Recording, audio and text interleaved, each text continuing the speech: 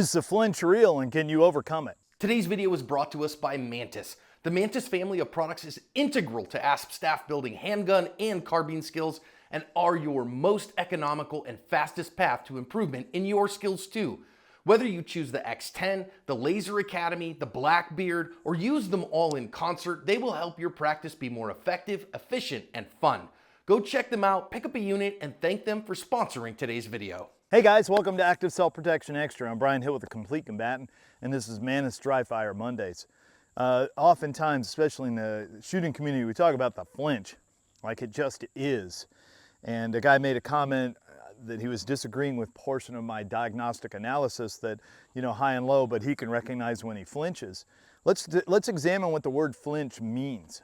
All right, flinch means to be surprised by fear, pain, or discomfort. If you're shooting from that position, psychologically and physiologically, you probably can't shoot very well. What we have to really make sure of is that we don't just blindly accept something as it is and overcomable. The way to overcome a flinch is to know what's coming next, to get immediate feedback, and to pay attention to what you're doing more than anticipating the future. That's really where the flinch comes from. It is a very important protective mechanism that we flinch or move, but it's not something we can replicate in training. So it becomes a training scar. I know everything's perfect and now I push on the gun. Or I shoot so little and so infrequently that every time the gun goes off, it's very startling to me. I want to get past those things. All right, the way to get past it is give yourself something to do. Should be tracking your vision in a predictive manner. That means you know where the dot or the front sight's going. You should be feeling both sides of the trigger and pressing it as smoothly as you can according to the size of the target. And you should be calling your shots off the lift of the muzzle, whether it's iron sights or dot, and that'll give you something to do, which prevents this idea that I'm going to flinch every time I shoot.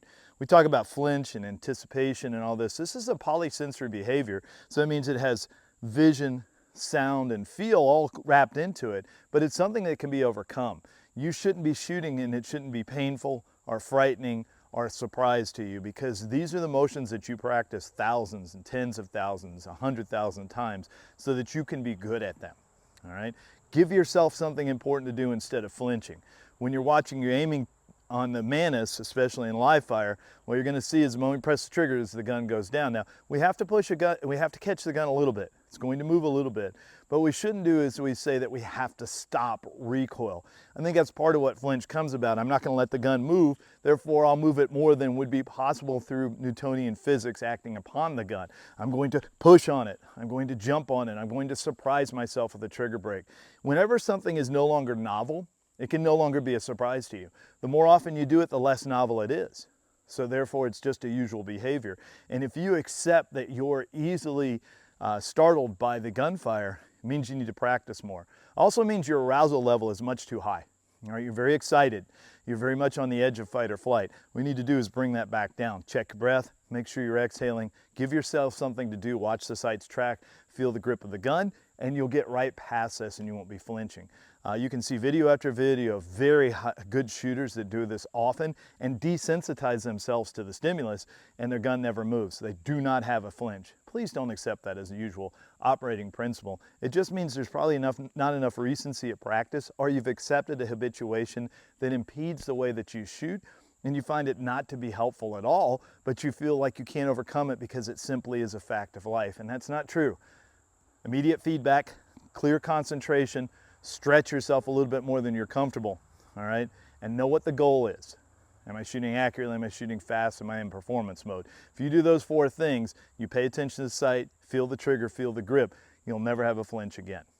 All right, guys, I hope that helps you out a lot. Please leave a comment. This came about because of a comment, and no way am I writing anybody down. I just want you to give the science side a little bit and the perspective of a lifelong coach of how we overcome these. Because in combat sports, we have a lot of things that are flinching behaviors, but we give the athlete something better to do, okay?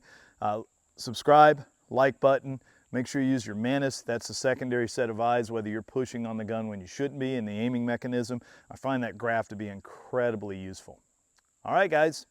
I'm Brian Hill with the Complete Combatant, and as always, measure, refine, and perform.